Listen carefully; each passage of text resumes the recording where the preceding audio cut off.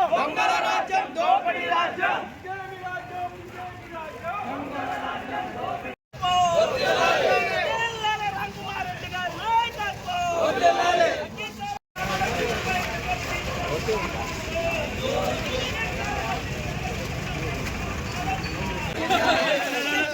Petrol diesel ధరలు వెంటనే తగ్గించాలి. మళ్ళీ రామకుమార్ రెడ్డి గారి నాయకత్వం.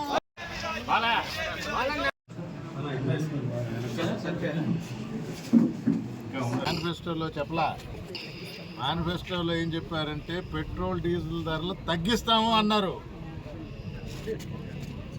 పెంచము అని చెప్పడా. మేనిఫెస్టోలో ఏం పెట్టారంటే కూటమి ప్రభుత్వం, దానిలో బీజేపీ మాకొద్దు, మోడీ గారికి తెలుసు ఎన్ని అబద్ధాలు ఓటకాలు. చంద్రబాబు నాయుడుతో ఒకసారి ఆల్రెడీ దెబ్బతిన్నాడు. మా బొమ్మ వద్దు, మా సింబల్ వద్దు అని మేనిఫెస్టోలో పెట్టింది. పెట్రోల్ డీజిల్ ధరలు తగ్గిస్తాను అని చెప్పింది తెలుగుదేశం జనసేన. లోకేష్ బాబు గారు సెల్ఫీలు తీసుకుంటారు, ఇక్కడ చూడండి ఇదిగో పెట్రోల్ బంక్ అని, రేపు తగ్గించబోతున్నాను. ఆ రోజు అడిగారు విలేకరు మిత్రులు, ఎట్ట తగ్గిస్తారు సార్, మీది కాదు కదా, ఇది కేంద్రం ఉంది కదా. లేదు లేదు, రాష్ట్రం సెస్ అనేది ఉంటుంది, రాష్ట్ర పన్ను అనేది ఉంటుంది, అది తగ్గిస్తే మనం పెట్రోల్ డీజిల్ తగ్గించవచ్చు, మేము రాగానే తగ్గిస్తాం అని మేనిఫెస్టోలో పెట్టారు. 2 సంవత్సరాలు అయింది, ఆ పన్ను ఊసే లేదు, పెరిగింది. మోడీ గారేమో యుద్ధం అంటాడు.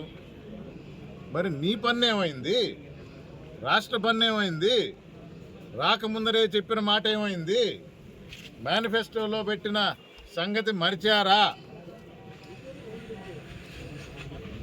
జవాబు చెప్పనా? మరలా అది మోసం, తెలుసు ముందరే. ఆంధ్ర రాష్ట్ర ప్రజల్ని మోసం చేయటం, మాయ మాటలు చెప్పటం మామూలే, అలవాటు. దాని ప్రకారం మాట చెప్పారు, అది నిలబెట్టుకోవాలనే ఆలోచన కూడా లేదు. ఈరోజు ప్రైస్ పెరిగింది, రేపు ఇంకా పెరగబోతుందంటారు. సరి చేయడానికి ఇప్పటికి కూడా ముఖ్యమంత్రి గారు, ఉప ముఖ్యమంత్రి గారు మీ చేతుల్లో ఉంది, రాష్ట్ర పన్ను మీ చేతుల్లో ఉంది, తగ్గించండి.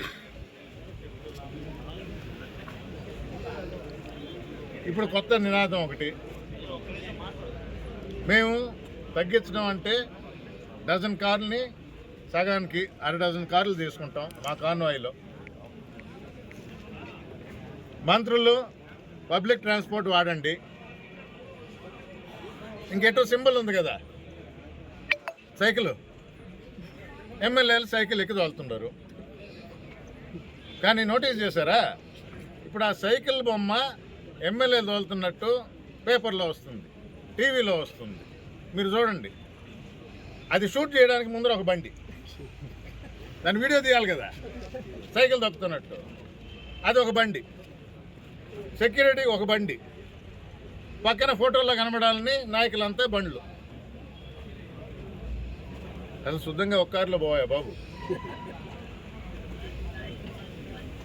ఇదంతా ఎందుకు? అది కూడా ఎంతసేపు ఆ వీడియో తీసినంత వరకే, మళ్ళా షరా మామూలే. దానికి మళ్ళా ఒక రూల్ బుక్ అన్నట్టు ఒకటి పెట్టారు, ఎవరు ఎలా ప్రయాణం చేయాలా. ఇప్పుడు కూడా ముఖ్యమంత్రి అవసరాలను బట్టి స్పెషల్ ఫ్లైట్, ఇబ్బందులు కలిగినప్పుడు హెలికాప్టర్లో ప్రయాణం చేస్తాడు. ఈ మధ్య కొంచెం బాగానే అలవాటైంది, మంచిదే ముఖ్యమంత్రి. మరి ఉప ముఖ్యమంత్రి ఆయన సినిమా షూటింగ్లకి హైదరాబాద్లో రాత్రి ఉండాలా, డబ్బింగ్ చెప్పాలా, షూటింగ్ పూర్తి చేయాలా, మళ్ళీ ఉదయం రావాలా స్పెషల్ ఫ్లైట్. మా మంత్రి మా ఎందుకంటారంటే స్కూల్లో కాలేజీలు ఉన్నాయి కాబట్టి, మా విద్యాశాఖ మంత్రి లోకేష్ బాబు గారు, ఐటీ ఒకటి ఉంది కానీ అన్నిట్లో ఉండరు ఆయన. మంచిదే, ముఖ్యమంత్రి గారి కొడుకు, మంచిదే, అది వాళ్ళ పార్టీ వ్యవహారం. ఆయనకి స్పెషల్ ప్లేను, ఆయనకి హెలికాప్టర్లు. అక్కడేమన్నా కోత పెట్టారా? కొంచెం తగ్గించుకుంటాము, అదే ముగ్గురం పోతున్నాం కదా, ఒక ప్లేన్లో పోయి వస్తాము అంటే ఆహా, తలా ఒక ప్లేన్ కావాలా, తలా ఒక హెలికాప్టర్ కావాలా? ఇది పొదుపు, ఆంధ్ర రాష్ట్ర పొదుపు.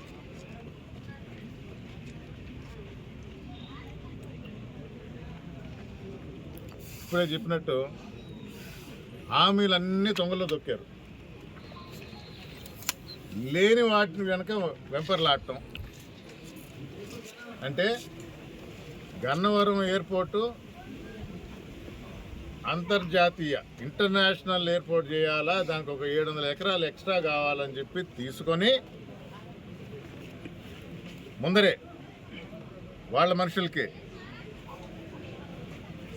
అమరావతిలో ఎలాగైతే చంద్రబాబు నాయుడు గారు భూమి తీసుకున్నారో ఉన్న అసెంబ్లీ పక్కనే 5,000 చదరపు అడుగులు అన్నారు. 5 ఎకరాలు 25,000 చదరపు అడుగులు ఒక బిట్టుగా దొరికింది. ఎట్ట దొరికింది ఇప్పటికీ ఎవరికి అర్థం కావటం లేదు. అలాంటి స్థలాలు వారు అనుగుణాలకి వచ్చింది. గన్నవరం ఎయిర్పోర్ట్ ఇంటర్నేషనల్ ఎయిర్పోర్ట్ కావడానికి ఇప్పుడు దాన్ని పక్కన పెట్టి అమరావతిలో 4,000 ఎకరాలంట. ఎవరి కోసం? ఇది పొదుపులో భాగంగా చేయకూడదా? ఇబ్బంది వస్తేనే చేయాలా? అవసరాలను గుర్తించకూడదా? నావిగన్ అనే పేరు నచ్చలేదు అని అంటే మచిలీపట్నం, విజయవాడ, గుంటూరు 3 ప్రాంతాలు అభివృద్ధి అని అంటే నీకు ఎయిర్పోర్ట్ కూడా దానిలో భాగం, సీపోర్ట్ దానిలో